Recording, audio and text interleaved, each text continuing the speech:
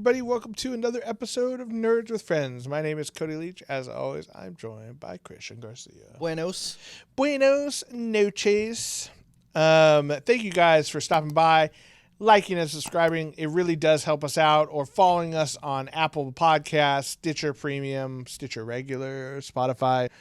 Doing all the fun podcast stuff. It does help us out, and it tunes you guys into new episodes that come out every single week. If you're listening to this the week it came out, which we hope you are, if you were subscribed, you would have gotten a notification. But if you're listening to this that week, we are in Comic-Con, San Diego Comic-Con, which is very exciting. And we're trying to figure out what we're going to do there. If we're going to do something. Next week's episode, who knows what's coming. But it's very exciting stuff. Hopefully learning some new stuff about the Marvel Cinematic Universe. Hopefully we get into Hall H and, meet rubbing elbows with some celebrities and stuff. We're very excited for that. Today on the show, we are going to be talking about two crazy things that have come out in the MCU. We got the finale of Miss Marvel just happened today as of recording this, last week for you guys. Some interesting stuff for the MCU is revealed in there. And then Thor 4, Love and Thunder, out in theaters now. It's loud. Don't worry about it. No one else can hear that, Christian. Sorry. Thor Love and Thunder is out in theaters now. We're going to be doing a full review of that as well. We'll let you guys know when the spoilers are coming. We'll pay our patented spoiler alert when that stuff starts happening. So you can know when to skip forward if you haven't seen either of those yet. Before we get into that, though, let's do some nerdy confessions where we confess the things that make us nerds. Christian, what's your nerdy confession? Nerdy confession is, I don't know why it took me a while to start watching Jack Reacher. But it's good. It's TV show, right? Yeah, it's on Amazon. It stars the actor, I forgot his name. He's the guy who plays Hawk from Hawk and Dove in Titans. I like him. I like him too. I didn't really like his character too much in Titans. He just kind of plays like a douchebag, but I really like him in this. I was wondering, is he really that big? Because in the show he's 6'5", but like when he's like standing next to other actors, like shit, this guy is huge. Like he's really big. Yeah, well, it's because the Jack Reacher you're used to is 5'2", Tom Cruise. I never saw it, but yeah, I know. The first time it was played by Tom Cruise. But everyone else must have been also really big in Titans because I don't remember him like towering over people. No, he was pretty big for sure. Like Dick, the guy who plays Dick Grayson, I forget the actor's name, but he's a pretty tall dude too, and he's still kind of hulked over him a little bit. Yeah. But I really like the show. It's really cool. I kind of want to read the books now. I'm kind of curious. I like the Jack Ryan Amazon show. I thought that was a good show. That was good. It just wasn't. I don't know if they're doing season 2 or not, but who knows? It was pretty good. Not if he's playing Mr. Fantastique. They said just because they showed him. I know they're saying that, but Disney's a bunch of simps for all their fanboys. They're like, just give us your money. We'll do whatever you want. Tom Cruise is Iron Man now. Yeah, that was crazy. I did believe it. I did think that Tom Cruise was going to be a Iron Man. Knowing variant. Tom Cruise, like, he really only does stuff that he wants to do. And he's not, I couldn't see him getting muscled into a cameo like that. You know what I mean? But he loves big blockbuster movies. Like, Yeah, but like superhero movies have never really been his deal, No, just The Mummy remake. Yeah. That one. I haven't seen it yet. I do want to. It was rough. I mean, they set up some interesting ideas. I'll say that. Like, because I know they were trying to. Because they tied it into the original Brendan Fraser Mummy. Oh, did they? Yeah, they did. Okay. And they set up the cinematic universe. There was like the Creature of the Blue Lagoon. Yeah. There was Dr. Jekyll, Mr. Hyde. Dracula. Frankenstein. So I think Dracula. I'm not sure if this is true, but I thought it was the. Remember that last Dracula movie that came out? The Dracula. It was like Untold. It was the one where he had like the cool armor and the where he bats. was the good guy. Yeah, where he was like the good guy. Okay. I think that Dracula was eventually going to show up, but who knows? I actually did like that movie. I didn't think I was going to like it. It wasn't like fine. Amazing. It was entertaining. Yeah, it's fine. Anyway. But yeah, Jack Reacher, check it out. It's good. I'm almost done. Show. I'm like 2 episodes behind, but it's cool. It's dope. Nice. I actually really like the actor. Yeah, maybe I'll check that out. And The Boys. We forgot The Boys. Yeah. Just finished The Boys. The Boys is amazing. Oh, my God. The Boys is so good. Yeah, we talked about that a little bit a couple weeks ago, I guess it was. But, man, that show is one of the few shows that has gotten better every season. Yeah. I mean, Stranger Things even stumbled a little bit. Season 2. Not great. Everything else was great. Everything else is great. And they corrected it. They took away the sister. Nothing wrong with Stranger Things, but I'm just saying that it's very rare that a show actually gets better each season. But goddamn, fucking Rogan had it in him. I didn't know he was that good of an executive producer. Joe Rogan? Joe Rogan. The other Seth Rogen. Seth Rogen, sorry. It's like, what the fuck? That would have been How dope. did I miss this? Joe Rogan, it would have been all plugging in his supplements and stuff. Oh, no. No, Seth Rogen knows what he's doing, for sure. My nerdy confession. Let's see. I guess I could do... So, a couple weekends ago, for the 4th of July weekend, I went and played a bunch of board games with my friends. I think I talked about that last week's episode with Madeline Rue. Played a bunch of board games, and one of those games is the game Wingspan, which, if you guys haven't checked it out yet, it's amazing. It's really fun. It's all about birds, and it's one of these games that, like, it's called an engine building game. So you have 3 different habitats. You have woodlands, grasslands, wetlands, and you basically put birds in each of those habitats. And on each of your turns, the more birds you have, like when you take your turn, you're like, hey, I want to go into the woodlands. You do each of the birds' like special abilities, and you walk it back each bird one by one. And so like towards the end of the game, you get these really long actions, like the turns, like, okay, first I'm going to lay lay an egg on every one of these kind of birds. Then I'm going to get an extra point from the bank and all this, and you keep going, working your way back. It's really fun. It's hard to explain. Yes, it is. But it's very cool. It's all the pieces and stuff for the game are super high quality, which is a weird thing to comment about, but like the cards feel really good. The game board feels really good.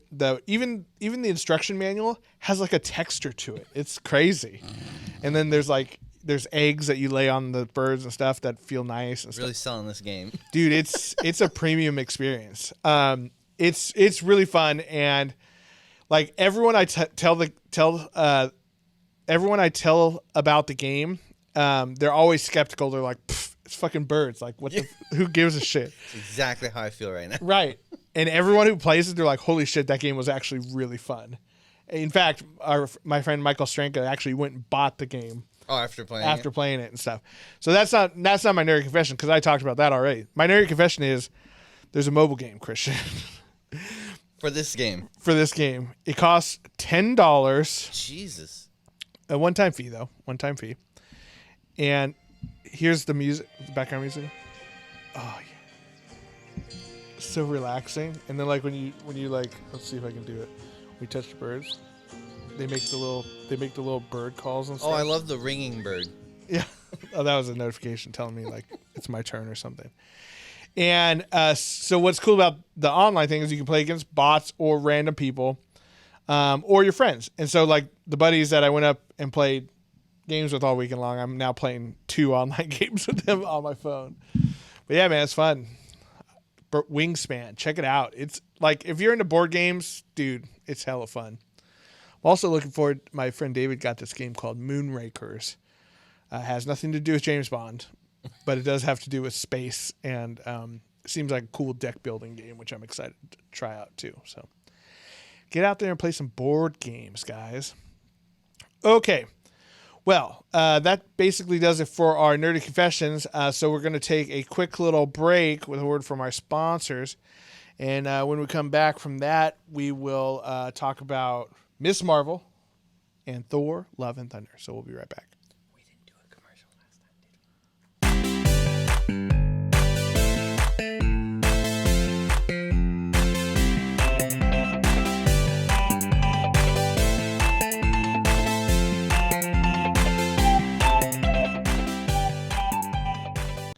And we're back. All right. So, which one do you want to talk about first? Miss Marvel or Thor: Love and Thunder? I feel like I got more to say about Thor: Love and Thunder. Oh, yeah. Well, we can start with the least one and just. Yeah, let's start with Miss Marvel. So, spoiler-free review, Christian. How'd you feel about the series overall? You like it? You hate it? So. You want to be racist about it? No. You want to be misogynistic about it? I'll leave that to the MCU fanboys. MCU. So say what you will about those terrible people, but that's a great name. You know what I mean? They don't need help, Cody. I know. I mean, their branding is just so good. They're terrible people, but goddamn, so clever. I love that we're getting more representation. I love we're getting more brown folk superheroes. No, speak for yourself, Christian. Just kidding. With that being said, I think the show suffered from being 6 episodes. It definitely, I don't think it was paced well enough like Loki. Loki was just greatly paced. Like, even though it was 6 episodes, they did everything. Every episode felt like, holy shit. And I feel like they were able to tell a great story. Versus in this, it needed more time. It's like, okay, I'm in Pakistan. Okay, now I'm back in New Jersey. Yeah, okay, I'm in Pakistan again. And, in Loki, it kind of makes... Going to Pakistan is not an easy trip. No. It's a huge flight, multiple flights. In Loki, it worked because they had the time variance. The time traveling. Yeah, so it was fine if they went there instantly. And it needed more time to see her develop her powers. And that's one of the things that bugged me. Where I guess I didn't think it went from I don't know what this is to mastering it right away. Right, and 100%. I was like, it could have. It was still a good show. I mean, the actress is great. I love her. She's great. I want to see her in more things. I feel like most of the cast was pretty dang good. Yeah, it was great. I love her dad. I was like, I wish my dad was like that. Dad is great. Mom is definitely like an over controlling mom. I really like the school counselor dude. Like, he wasn't in it that long, but like when he was in it, he was just like the gayest dude ever, and it was super supportive. It was the best. I'm like, God damn. Her older brother was great, even though you didn't get a lot of screen time. Sure. I not too big of a spoiler, but I love towards the end. There's this big battle, and he shows up. Why are you here? Mom sent me over to watch you. It was like such a fucking immigrant parent thing to do. It's like it was great. Like there were a lot of great things, but not everything is perfect. And I think the 6 episodes is what made it suffer. Yeah, I think you're right. I think the pacing was not great on it. It's one of those things where really needed time to, like you said, she needed time to learn about her powers and go from being that awkward, like trying to figure everything out, to actually like mastering them. And we never saw that. We see her like struggling to stand on her little platform deals or whatever. And then she's instantly awesome at it. She can do things that she's never done in the rest of the show. In the last episode, it felt very, very rushed. And I will say, like, I understand, and we talked about this before, I understand why they changed her power set for the show. What they did, it looks really good, like the crystalline energy projection stuff. It looks really good. You can very easily tell when the power is activated. And when you do something that's weird, that looks strange and alien to us, we can accept that's how it looks. Where if you're doing stretching and embiggening and all that kind of stuff, like her powers in the comics, to make that look believable requires much higher grade of CG than what that show probably had budget for. No, and I think I understand that. When she was running in the last episode, when she's running her platforms, it looked great. It looked great, and the physics, it didn't look like a weightless person running on top, which I think a lot of CG suffers from. Sure. Like the really terrible CG in Black Panther with the fighting, just or like these weightless, the Halo show, like these weightless guys just flinging around everywhere. Yeah. No, it looked great. I liked her suit at the end. Her costume was great. I didn't enjoy how they did her in beginning. It was weird. Weird. And I will say this: I think the whole show suffered from them, and like we'll get more into it in spoilers, but the show really suffered from not knowing what the plot was, right?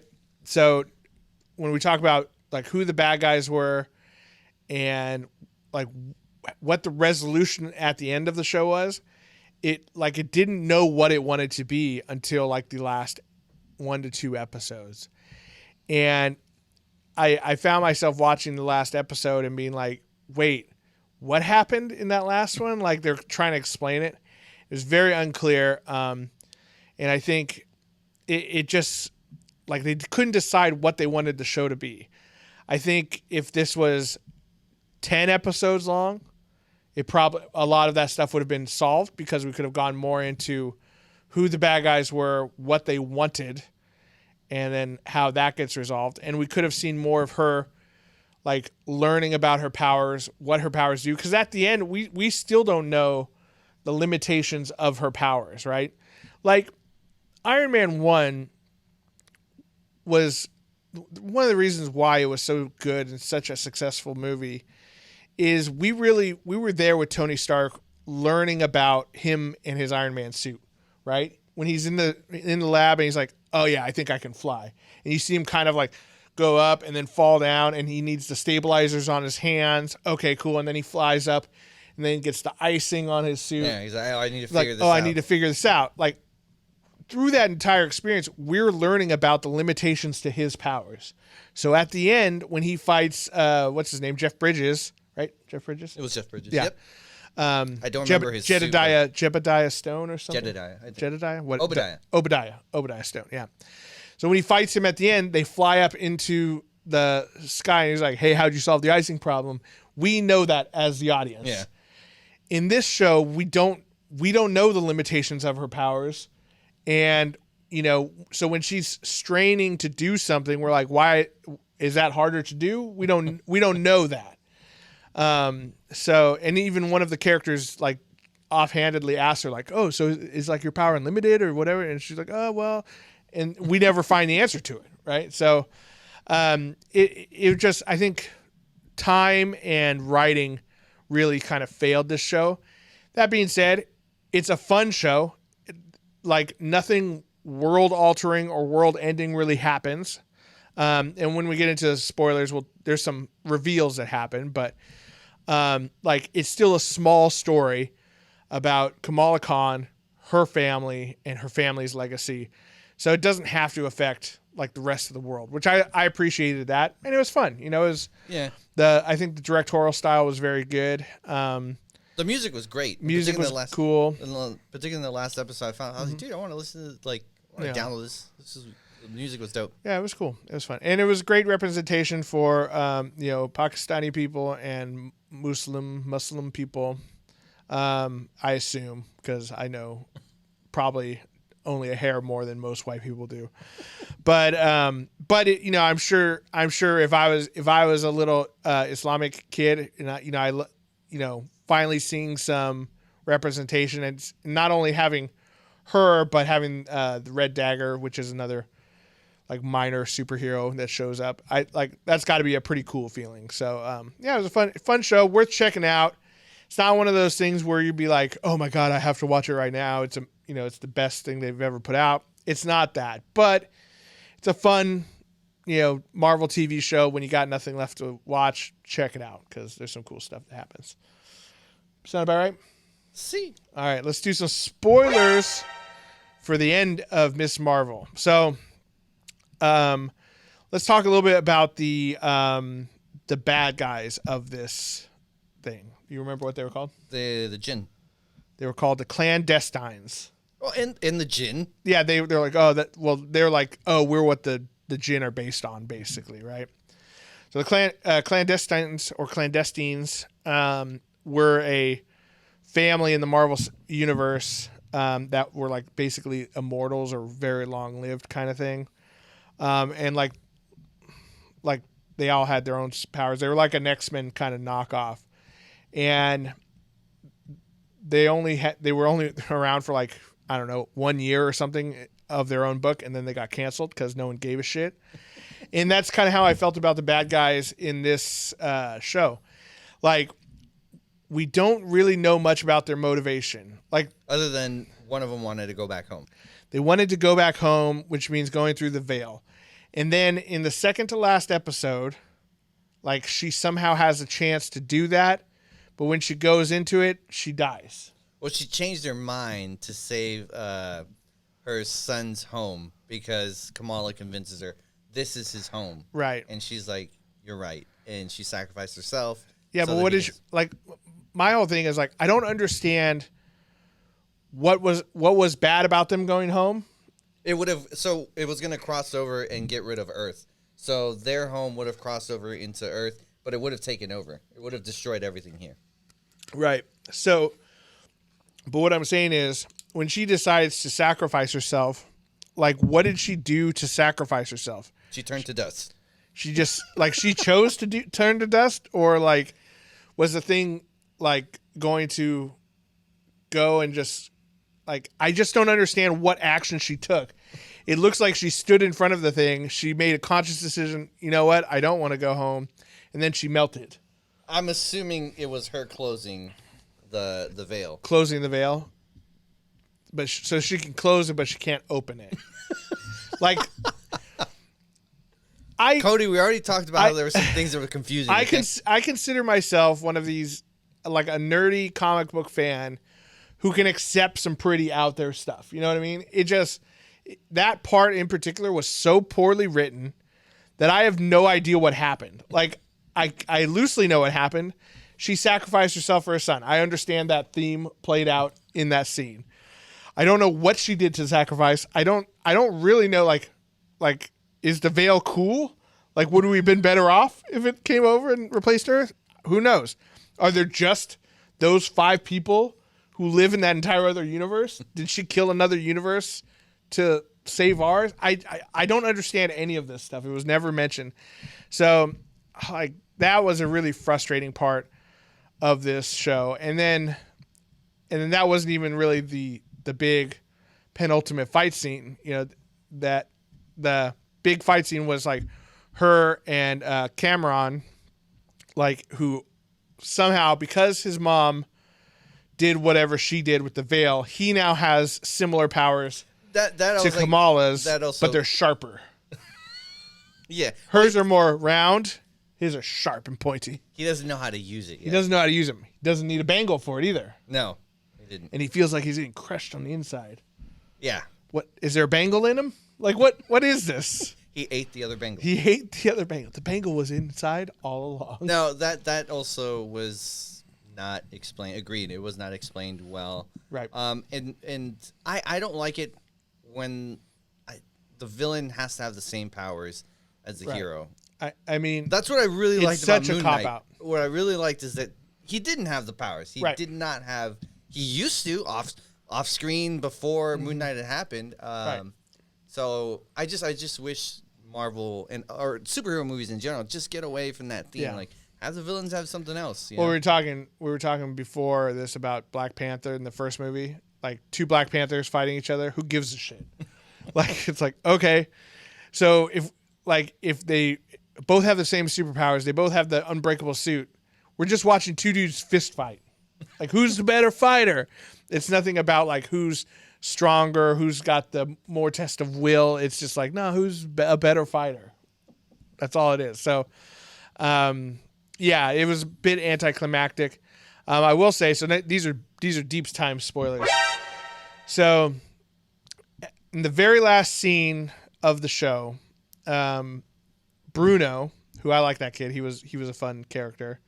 Dude, fucking stuck in the friend zone though. The poor boy. like drinking water, man. Sorry. Kamala is just all up in literally every other dude's nuts except for him, and he's they had a moment early, like in the first. I don't know if it was the second episode where it looked like they were gonna kiss, but yes, he got friend zoned hardcore. She meets Cameron, and he's like, he drives a Porsche or whatever, and she's like, oh fuck, I want to fuck that guy, and then she goes over to Pakistan and meets the Red Dagger dude. She's like, I can't even see that dude's face, but I want to fuck him too. And then she gets home, and Bruno's like, hey, I'm Bruno. I've literally like done everything for your family. I've saved you multiple times. I've even housed Cameron at my house for you. And she's like, thanks, Bruno. He's such a good friend. It's like, God damn, poor guy. Cody, just because he inserts nice guy tokens doesn't mean he deserves a prize at the end. I know. Right? It's her choice. No, but I just want her to appreciate him. And I feel like she doesn't. No, I don't feel like she does. She didn't even want to give him the Porsche at the end. Like, come on, man. Like, his whole deal is gadgets. He's got no parents. You're going to take this car away from him? You can't even drive. You can fly. As a white male, he gets away with a lot of things, Cody. You know? Okay. Yeah, you're right. You're right. I forgot about that. I forgot about his inherent guilt. Anyway, so Bruno comes in at the end, and he says, there's something different about your DNA, Kamala, because he can also analyze DNA. That's how cool he is. Anyway, she's like, he's almost like there's a mutation, and you hear the in the background. When they said that, I was like, oh, I wonder if later on when they start introducing mutants and abilities, that her ability is going to be to stretch on top of the Bengal stuff. Maybe. Maybe. I mean, they're going to have to, we know the Bengals where that power comes from. They're going to give her something else. Here's what they could do. Is when the X-Men eventually get, introduced, right? Which they're definitely headed that way. It's going to have to be, I mean, they keep dropping hints about it. Right. It's going to be soon. It's got to be soon. So when they get introduced, I think what we'll do is they might find out that, once she meets the actual X-Men, she's like, hey, I heard that I might be a mutant. I would love this if they found out that, oh, you're not actually a mutant. That's not a mutation. That's alien DNA. You're actually part Kree. And then you find out that the Bengal just accesses her inhuman DNA. And then she can go through the actual Terrigen Mist. And that's when she becomes stretchy. You know what I mean? It's a way for them to put Inhumans way off in the distance and still mention some of the other things that kind of lead up to it. I think there's reason to suspect that you're right because the mid-credit scene, well, I guess it's only after credit. Right. When her Bengal starts getting all weird. Yeah. And then she teleports out and then Captain Marvel teleports Carol in. Danvers. So maybe, I mean, because she was messing with the Kree, and she probably has Kree technology, Captain Marvel. So right. It could explain why. And she's also going to be in the Marvels, which is going to be the next movie with Captain Marvel, Photon, and Miss Marvel. Yeah, and Blue Marvel if they do it. Maybe, possibly. So interesting stuff. Like it definitely has some implications for the MCU. I'm excited to see what happens next. It bums me out that Marvel is just like anything but the Inhumans. They can be. She's part of this family clandestine. They were called the Destine family, and they were the clan Destine. That was what the original comic was. But who knows? They're like, oh, she's part of the clandestines. Oh no, now she's a mutant. It's like, come on, dude, she's an Inhuman. Like, they could still do the Inhuman stuff. I mean, they could. I think that show just left such a bitter taste in their mouth. It's literally the worst thing that Marvel Studios has ever done. I haven't seen it, so I can't. Oh, dude, you should watch it. It's like hidden on Disney Plus. It's on Disney Plus, but like when you search Disney Plus and you're like Marvel, and it'll come up with like all the movies, all the Marvel Disney Plus shows. You have to search for the Inhumans, and it comes up in a page by itself, no related, that leads you into other Marvel movies. It's on its own. Okay, you should watch it. It's one season and it's awful. I think they're not going to use that at all. That's just going to be something. No. They're going to pretend that it never happened. But I think when they showed Black Bolt in the Doctor Strange movie and how excited people were, and even excited for the same actor. Yeah, they could be like, okay, there's definitely an audience for this. Right. Anson Mount, first of all, who's the actor who plays Black Bolt. He also plays Captain Pike in the new Star Trek's Brave New Worlds, which is awesome. It's the best Star Trek show that's come out since Next Generation. I'll say it. But he's an excellent actor, and I think he plays that role really well. And I think the reason why he got such a great reaction in that scene specifically is they went comic accurate. Suit, yeah. You know, like he's in the suit. He's like, he's got the little tuning fork. He's got the little armpit wings. You know what I mean?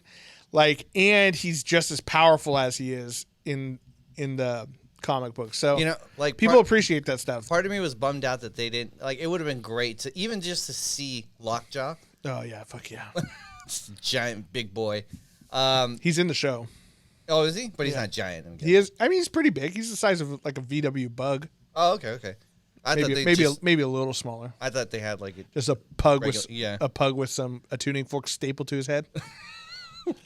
But I'm also glad they didn't bring him to the Doctor Strange movie, because then Scarlet Witch probably would have killed him, and that would have ended the MCU altogether. You can't fucking show an animal, particularly a dog die. Yeah, that's how you know you've really gone off the deep end. But yeah, I'm hoping for some cool stuff.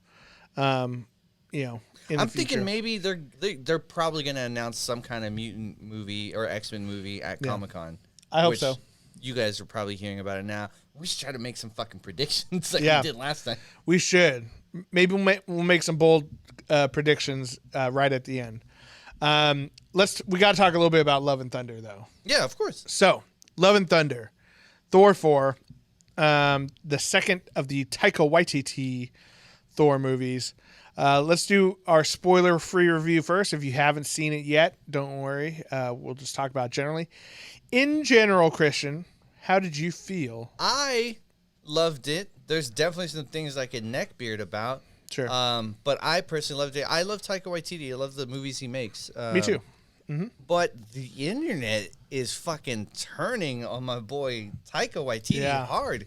I guess without big spoilers, I knew, being that there was going to be some gay themes, it was going to piss off some people. Right. I mean, like that's part of that internet noise that, like, I don't give a shit about, right? I tune that out, because anytime you mention, like, oh, I've got two dads, or like, oh, you know, I'm going to find my queen to go with my dude. You know. But now the LGBT community is mad at him too, because he promised. He promised. So, and we were there. We were there at Comic-Con when it was when announced.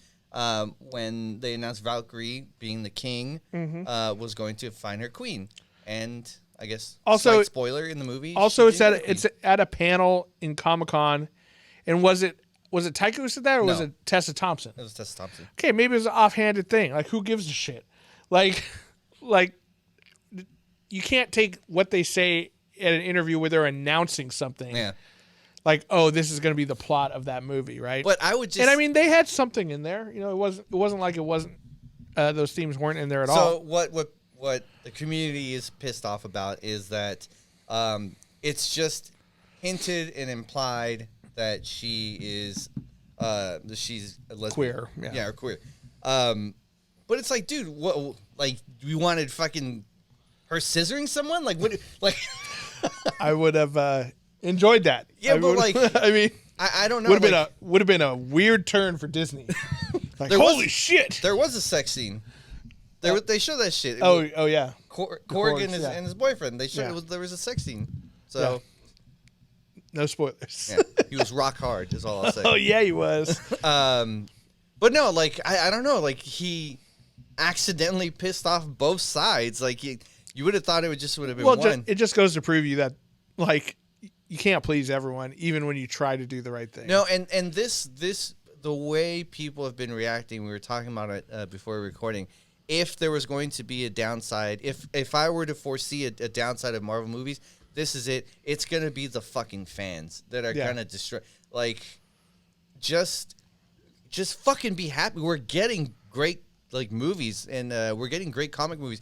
And to nitpick over dumb shit, companies are not the smartest. They will listen to your stupid reactions, and they'll try to correct course, and they're going to correct wrong. They're going to oversteer. So I mean, I hope that they don't listen. Right. But I'm scared. I'm now a little fearful of what they might do. Well, here's my take on it without going into any spoilers or anything.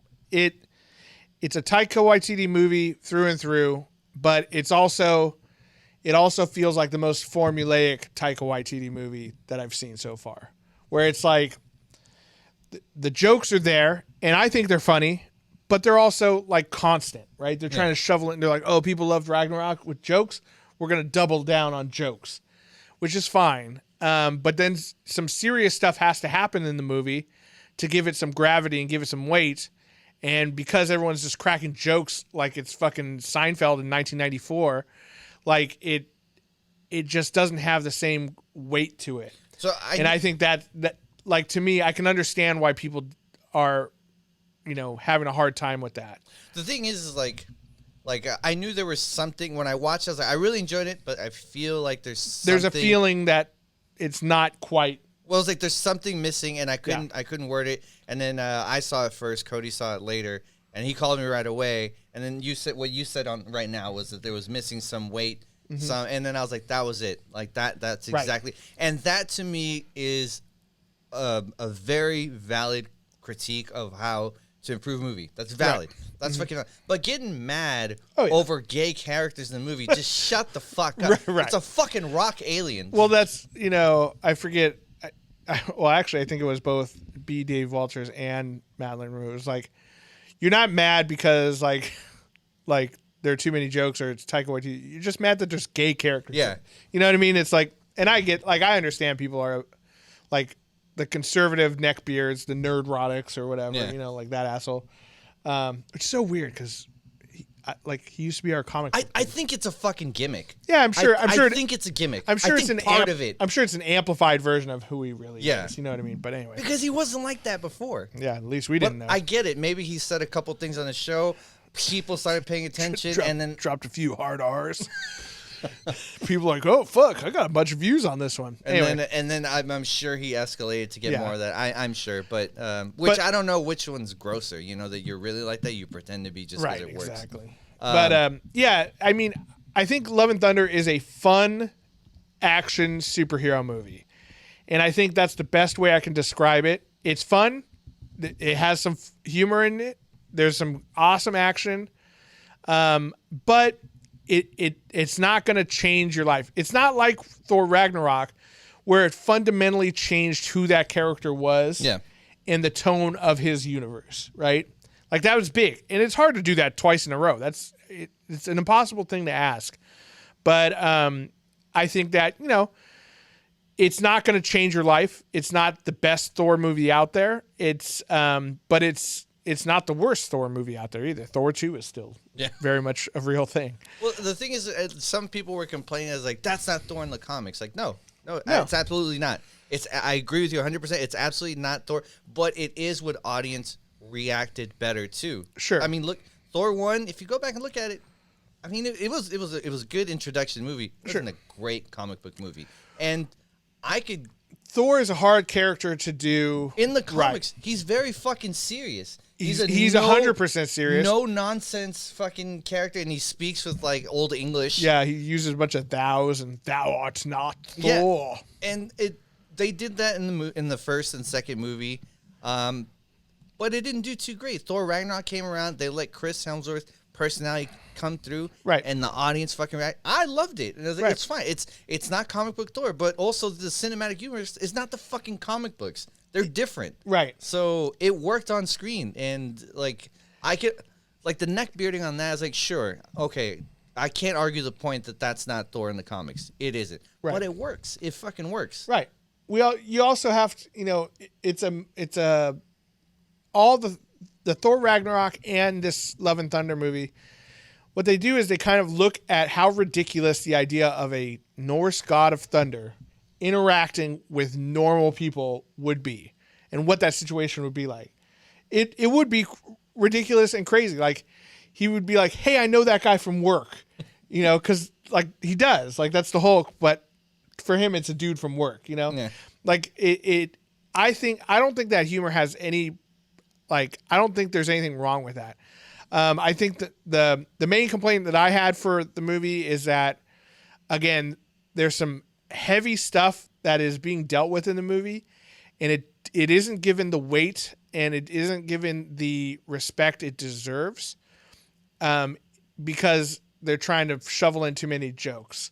And I think that's what kept this movie from, I'd say it's a good movie, but that's what kept it from being a great movie. Yeah, we saw with Ragnarok. And we know Taika Waititi can do it because look at Jojo Rabbit. Oh my God, one of my favorites. Which is like, when it was funny, it was fucking hilarious. But when it was sad, I wanted to cry for hours. You're like, oh shit! So we know he can do it, right?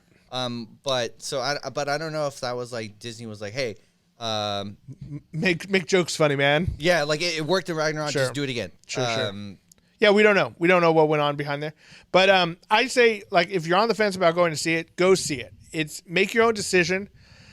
It's not going to be one of those like genre-changing movies like Ragnarok, right? It's not going to change the MCU forever. But it's fun. There's some great jokes in it. There's physical comedy. There's awesome music. And there's even some characters that get introduced into it that'll be interesting for the future of the MCU. Cool. All right, let's get into some spoilers, Christian, because I know we're both dying to talk about it. So if you haven't seen Thor: Love and Thunder, you might want to skip to the end or turn off the podcast now, go and watch it. But okay, so Hercules is in the MCU now. Fuck yeah, he is. Right? He's played by the guy who is from Ted Lasso.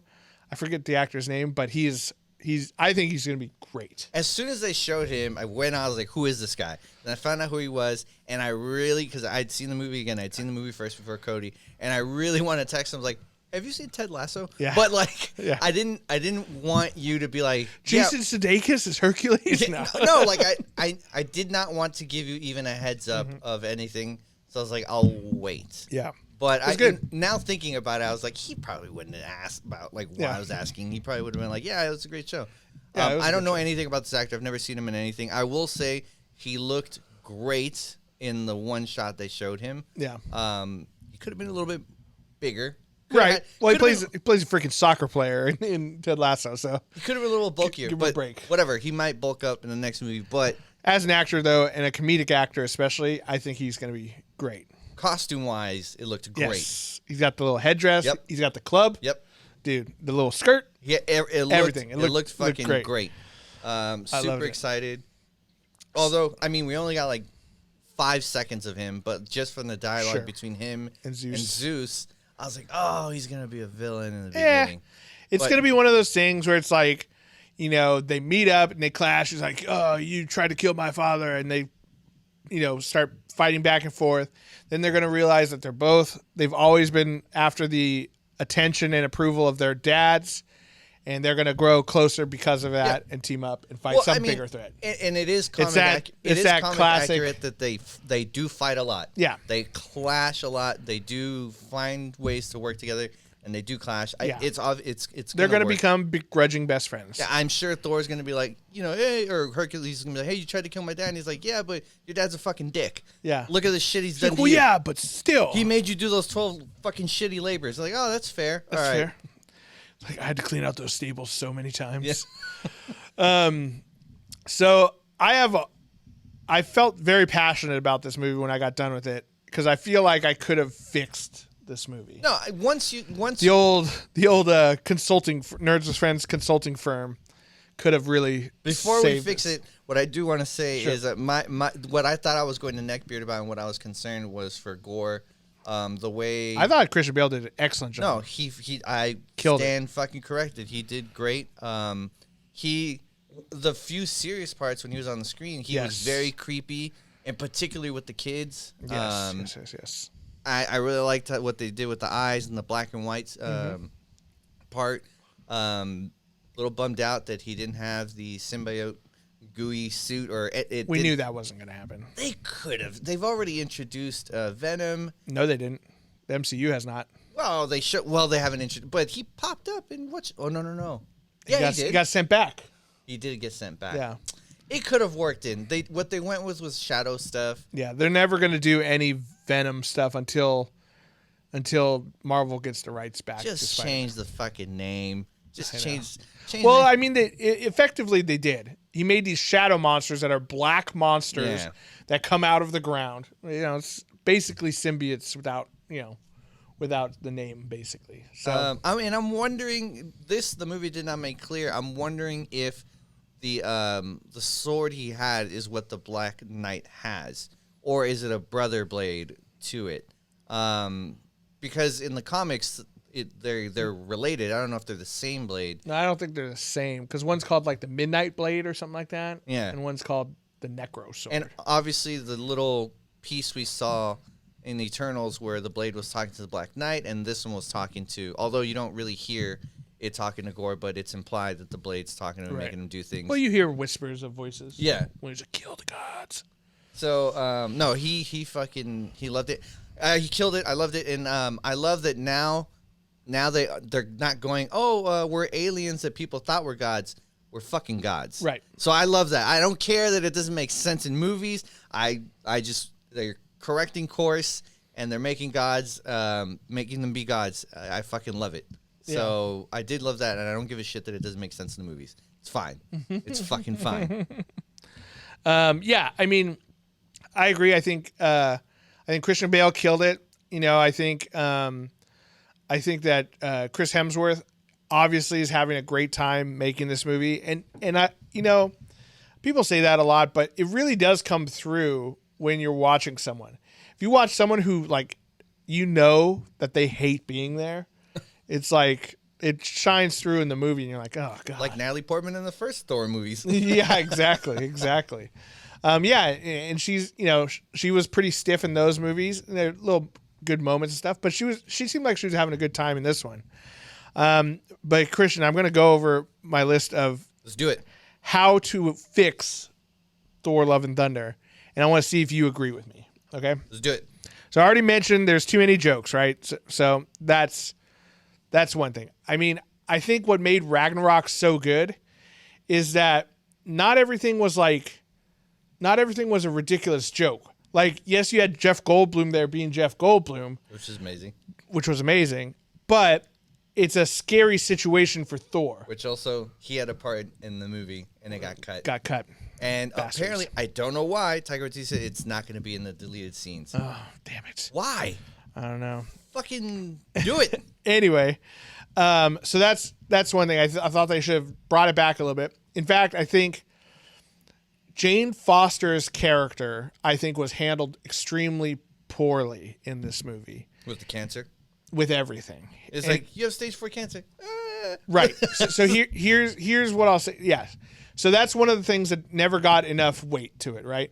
She's having chemotherapy when we first see her, right? And she has stage 4 cancer, and she's Miss Goofy Jokes person. And I get it. Like, that's how some people would handle that situation. Sure, I understand that. But it never seemed serious. Even when Darcy was talking to her. Yeah. Like, they were still joke. Oh, man, it's not, it's like stage 4, that's not that bad. It's like, it's stage 4 out of 4, Like, they were joking the whole time. So I think what they should have done with Natalie Portman's character, Jane Foster, is she should have been the one who kind of had to teach Thor how the responsibilities of being a god, right? Because I think a big theme of this movie was godhood, fatherhood, and the responsibilities of both. We have Gore in the opening scene with his daughter. He prays to his god and says, "Hey, save my daughter. I don't care about me, but save her."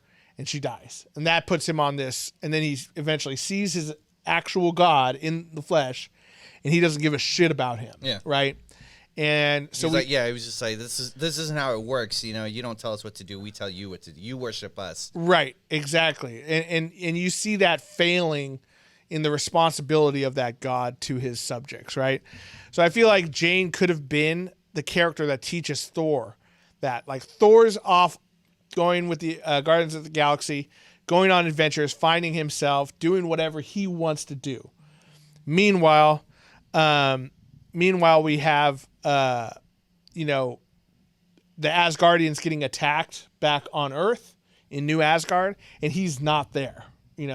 when at least they first got it, right? No, I like that. And it could have been like, yeah, hey, I've had to take over. Like, hey, you're not doing what you're supposed to do. I've been here. Yeah. Where have you been? Right? That sort of thing. I thought she should have been played more to that, like, that level. Also, I think with Gore, we should have seen him take out more gods. Yeah, even if it's a montage, like it can be a montage where it's, you know, I know like violence in these movies can't go super hardcore because it's, you know, PG or PG-13 or whatever. But we needed to see him at least fighting some more of these gods. Yeah. Right? He's the god butcher. We only see him kill one god, and then we see one other god who's dead. That's it. Right? So, and it could have been minor gods. Couldn't have to have been big ones. Right. Or even made up alien gods. It could have been him knifing the little dumpling god or whatever. You know what I mean? So like, just eats him. Just puts the sword in. Right. We're only another thing too is like when Thor sees that one big god, which that was a cool scene because that's directly from the comics. Yeah. It was beautiful. But when we see him, we hear Thor talking about, oh, he was, you know, one of the nicest gods you'll ever meet, kind of thing. But show us that. Like, we don't know if he was or not. Like, Thor thinks that Zeus is awesome, and we see how much of a dick Zeus is. So if we're gonna say Gore is killing good gods as well, let's see that happen, right? Yeah. See one that's out there helping people grow plants and stuff, and he just comes up and just knifes them in the back or something. Yeah, like why the fuck would you do that? Yeah, exactly. We understand you killing like asshole gods. Like, let's see that his indiscriminate view on godhood is wrong, right? Because we never actually see that. Also, here's a big one that I think I mentioned to you. Beta Ray Bill.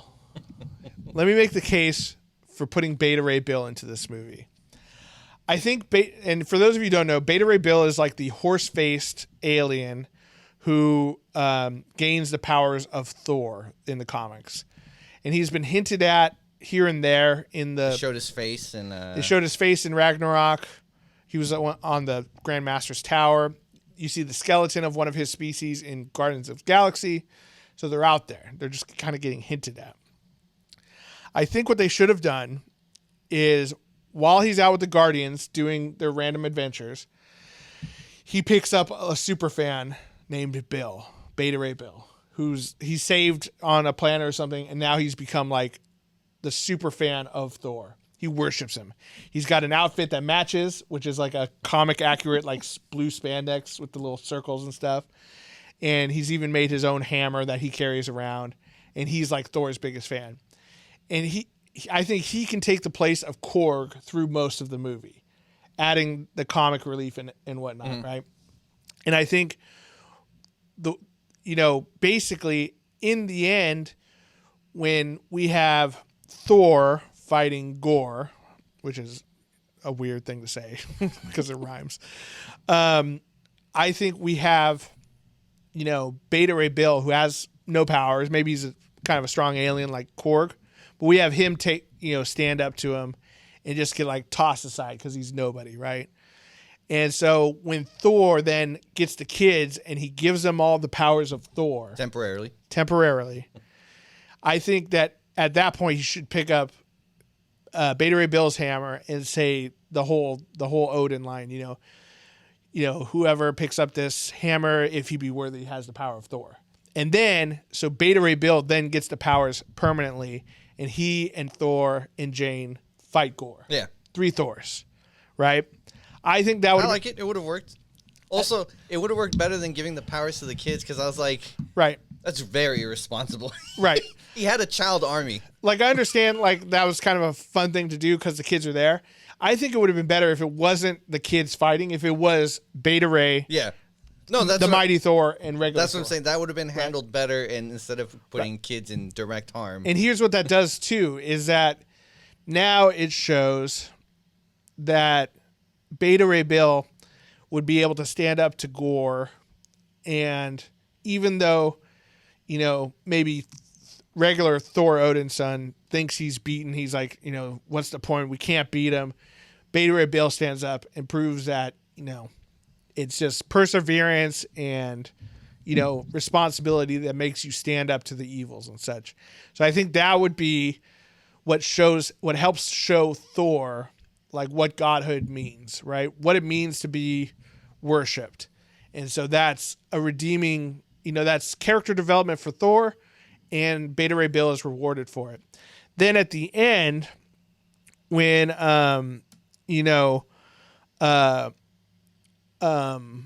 when they're in eternity, right? Gore is now being beaten because of the team up between the three of them. Like, I see what they did where they have, his daughter being returned or whatever, right? So I think what would have been a more impactful ending to the movie is we have, I think most of the Asgardians, when Gore attacks, should have been wiped out. Like, New Asgard and all the tourists laid waste to. Okay? Hear me out. And so, but they get to the end, they defeat Gore, and he's at the end, and now Thor is standing at the foot of eternity. He's got one wish to make at eternity. He can either wish for the lives that Gore took to be returned, or Jane. His responsibility is now to the people, not to just himself. And that's a nice way to close the movie. Now we have weight to his decisions. Yes, there were jokes in there. Like, Beta Ray Bill is still a funny character to have in there. But now we have, like, consequences for everything that has taken place in the movie. It's not just jokey joke. Okay, and now Jane's dead, and now I have a little daughter, which is Chris Hemsworth's daughter also in real life. Oh, I didn't know that. Yep, nice. That's his daughter. So I understand why she got put in there. But, like... I like it as long as we don't take away the goats. Right. Some people hated the goats. Some people hated the screaming goats. I fucking love the screaming goats. But I think by changing the story to that and having those story beats in there, Jane being more serious, and almost being disappointed in, like, Thor's, like, laissez-faire, devil-may-care attitude kind of thing, and having him learn some responsibility is now, I think having those steps in here kind of give more weight to the story and make it actually have some sort of impact on Thor's character. No, I like it, and it would make more sense with the first god that was reacting with Gore, where he didn't give a shit, and all he cared about was having his nymphs and his food and him living the good life. And also would have played into Zeus, like, not giving a shit that Gore about the other gods getting killed or whatever. Not just talking about the orgy or whatever. Yeah. Their hero-gasm. Yeah, exactly. Well, and that's the thing is, we have, I talked about how, like, the theme of godhood and fatherhood played an important role, right? So Odin was the god that, like, everyone should try to be, right? He was compassionate, responsible, not a whole lot of fun at a party, but, he was someone that Thor looked up for. Now he's gone. So his other hero that he had always looked up to and modeled himself after was Zeus. And we find out that he's a fucking asshole, doesn't care about anything. He's overweight and like just like a funny little Greek dude, Oh, he fucking killed it too, man. Russell Crowe was great. I thought that was hilarious. And he lifted his little skirt to go down. You flick too hard. So yeah, like I think that there was good stuff in there, but this whole time, like I didn't feel like Thor was learning anything. Yeah. You know what I mean? He wasn't going through any sort of growth. Yes, there was this love story going on between him and Jane, and then also him and Mjolnir and Stormbreaker. Also, one quick little thing I had on Stormbreaker. Can anyone just pick Stormbreaker up? Because Gore picked it up? Yeah. I think it was because he was empowered by the sword, and like he basically got to godhood level. But I mean, one thing is Stormbreaker does not have Odin's. That's true. Enchantment, and we do see Thanos like using it to kind of. He was about to try to impale. Push. I don't know. That's a good question. I thought that was kind of interesting. Also, it's very weird that Mjolnir and Stormbreaker are both sentient, kind of. Raises some weird questions. Also, when he rode it like a broom, that was funny. That was funny. I thought it was weird. He just kind of got on and took off. Yeah. Well, because at least in the comic books, the reason why he can fly is because he throws the hammer really hard and the hammer pulls him. So he explains it to Korg in Ragnarok. He's like, yeah, my hammer gave me the gift of flight. He's like, oh, you rode your hammer? He's like, no, I would just spin it really fast and then it would pull me off into the sky. Oh, your hammer would pull you off? Like, yeah, they had a fun little joke about it in Ragnarok. And it was fun to see him actually riding Stormbreaker in this one. But yeah, that was all funny. Like, don't get me wrong, it's not that I didn't like the movie. I just felt like when we had Ragnarok, we had Hela, the goddess of death, who was hidden away from Asgardian like history and everything, come back once Odin dies because he was holding her back with his very life force. She comes back, she kills the Warriors 3, like a bunch of Asgardians, and then yes, Thor goes on a crazy adventure with lots of fun stuff and Jeff Goldblum and whatnot, Tessa Thompson, but then he has to come back and he finds out that the hammer, Mjolnir, never gave him the power. He had the power all along inside of him. Yeah. Like he's going through character growth with funny adventures and stuff happening, right? And then at the end, Asgard, his home planet, his home realm is destroyed. And he has to make a new home for his people on Earth, or on the spaceship, I guess, first, and then eventually on Earth. So people forget that while he's having all these funny, crazy adventures with Korg and Meek and the Hulk and all that kind of stuff, like there's serious stuff happening, and that's what gives everything else weight. That's what makes the funny stuff funnier and gives you that comic relief. But no, I agree. I agree. I think some good takes. I think it just makes me sad because now I know that movie won't happen. Maybe Thor 5. Maybe I'm sure they'll bring as the way they're running through characters. Beta Ray Bill will eventually. Oh yes, I can't wait. And I'm sure, like, I mean, Chris Hemsworth can't play fucking Thor forever. You know they're gonna. Yeah, I mean, one thing about him is he's like, look, I'll play him as long as people aren't tired of me playing him, and I think that's a fun attitude to have. He's young, he's buff, he can do it for a long time. I'm excited. All right, let's take the last 5 minutes and let's do some bold Comic-Con predictions. Okay. What we're going to see, Hall H. I've not thought about this pre-hand, but we also did not think about Blade when we came up with it. So I think you're right. I think X-Men needs to get announced. Either X-Men or Fantastic Four, if not both. Fantastic Four for sure. Yeah. Because that movie's coming up pretty soon.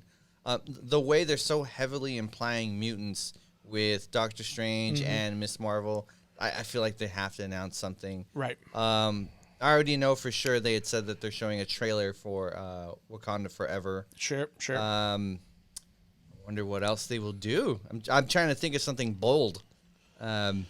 Yeah. I mean, if anything, like I think introducing who Professor X or who Wolverine is going to be would be a big one. It would be a big one, but I don't think they're going to do Wolverine yet.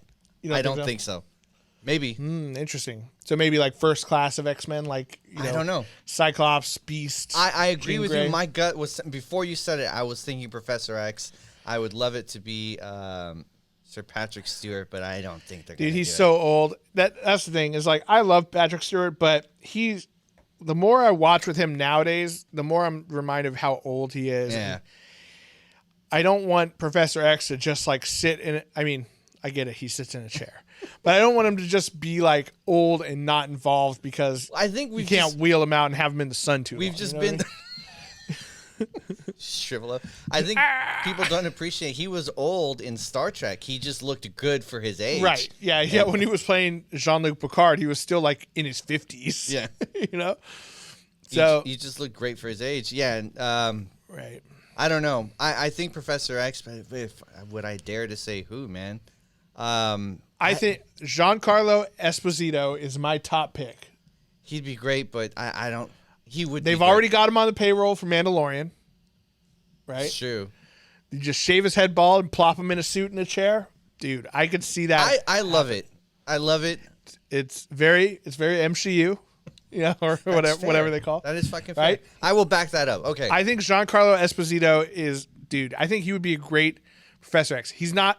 He's older. He's got to be in his late 40s, early 50s, but he could play Professor X for like 20 years, no problem. Yeah.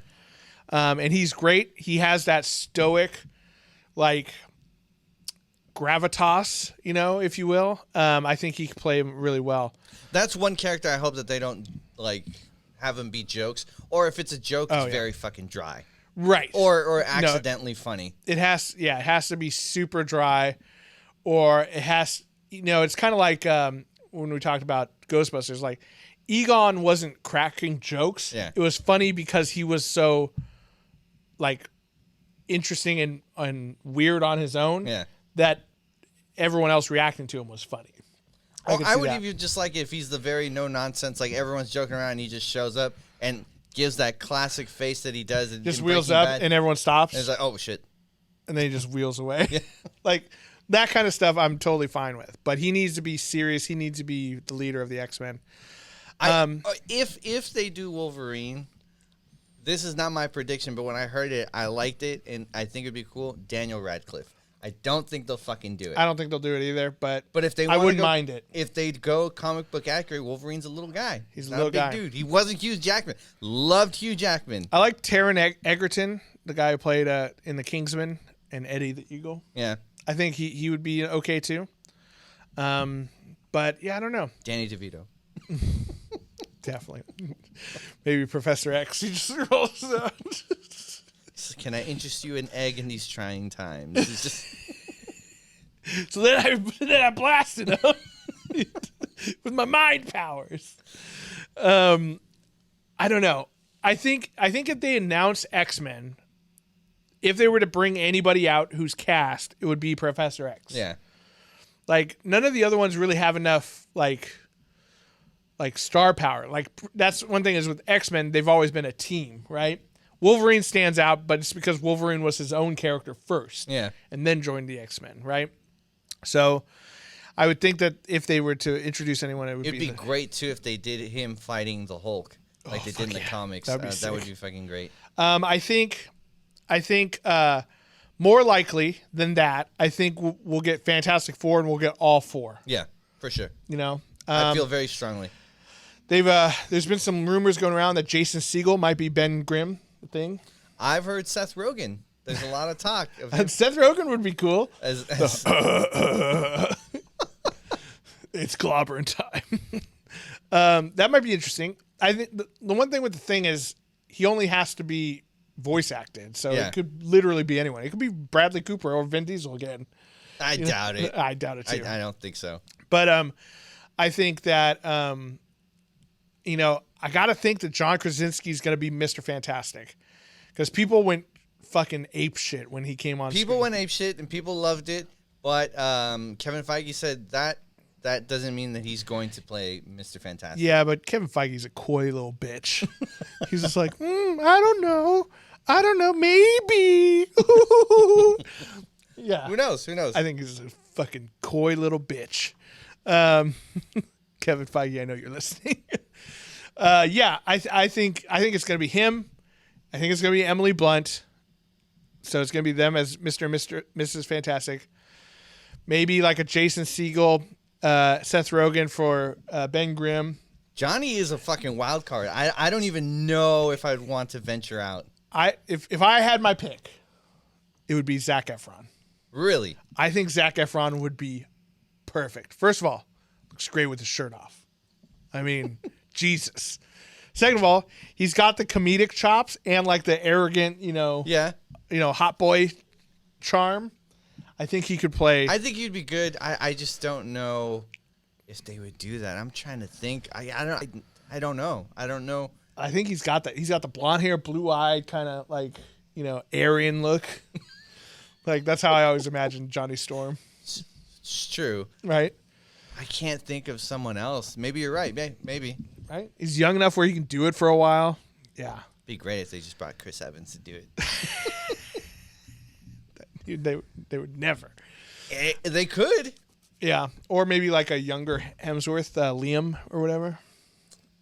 I think he might be a good like Cyclops. I think there would be a lot of great content if it was Chris Evans, and everyone's super like, that's Captain America. And he's just like, I'm from a different I don't know universe. what you're talking about. Yeah. He's just a different universe one. No, he wouldn't do it. No, he probably wouldn't do it. No. If they showed up in like the Multiverse of Madness and it was like that, he would do it like a cameo. Yeah. I could see that. Yeah, for sure. But not for an actual like setting up a series. Yeah. You know, you got to think about people who want to be in the MCU for a while. Yeah. And I'm trying to think of someone else. No. Zac The more Efron, I think about it, Zac calling Efron. it. Yeah. Calling it. Let us know your predictions down in the comments. What do you want to see? And how'd you like my rewrite of Thor, Love and Thunder? Is that the movie you guys wanted to see? Let me know. We'd love to hear it all down in the comments. And while you're down there, make sure you like, subscribe, follow, ding the bell, hit the little plus sign, whatever it is on whatever platform you listen to us to. We do appreciate it. Blade trailer. I think we'll get maybe a Blade trailer. Blade trailer would be nice. Yeah, that'd be cool. It'd be dope if they show him killing Morbius. Oh, fuck yeah, just chops off his head. It's Morbin time. He just did it right after. Yeah, exactly. That'd be great. But let us know down in the comments. We'd love to hear from you guys. And when you're down there, check out patreon.com/nerdswithfriends. It helps support the show, helps send us to Comic-Con next year. We're already getting excited for that. Cushion, thanks for being the love to my thunder, I guess. Aww. You're the little girl, and I'm the big, strong man. I'll be the little girl. Yep, you always are. To all the nerds out there, remember, you're not alone. You're with friends. This is Nerds with Friends. Thank you, and good night.